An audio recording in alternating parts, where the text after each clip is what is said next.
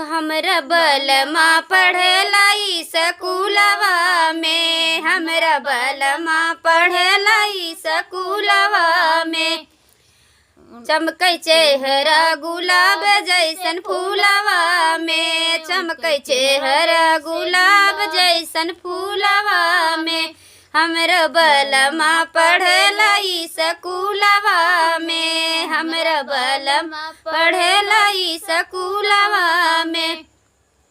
हम टीका वालिया वाले सहरिया से, हम टीका वाले सहरिया से। बत्ती बार के पहिरावले कोठरिया में, बत्ती बार के पहिरावले कोठरिया में।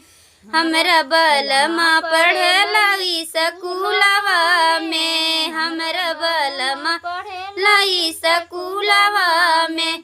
चमकै चेहरा गुलाब जैसन फूलवा में, चमकै चेहरा गुलाब जैसन फूलवा में।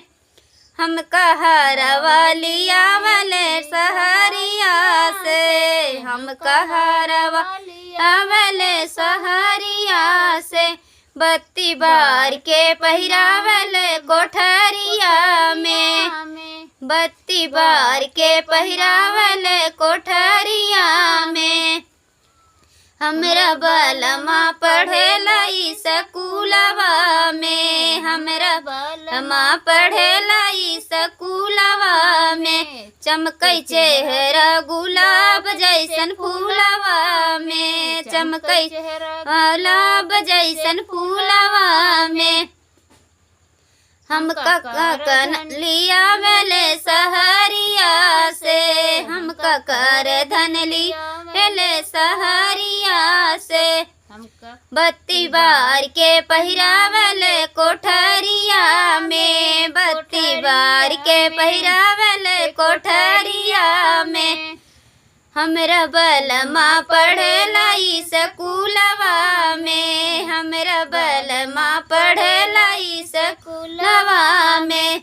हम लिया वाले निया सहरिया से, हम पैजन लिया वाले सहरिया से। बत्ती बार के पहिरावले कोठरिया में, बत्ती बार के पहिरावले कोठरिया में। हमरा बलमा पढ़ेला ई स्कूलवा में, हमरा बलमा पढ़ेला ई स्कूलवा में। चमकै चेहरा गुलाब जैसन फूलवा में, चमकै चेहरा गुलाब जैसन फूलवा में। तो कैसा लगा हमारा गीत आप लोग कमेंट में ज़रूर बताएं। हमारा चैनल सिंगर सुमन निषाद सब्सक्राइब करें और वीडियो को लाइक करें आप लोग। और फेसबुक में देखते हैं तो फॉलो करें, शेयर करें। और गीत के माध्यम से कैसा लगा आप लोग कमेंट ज़रूर करें।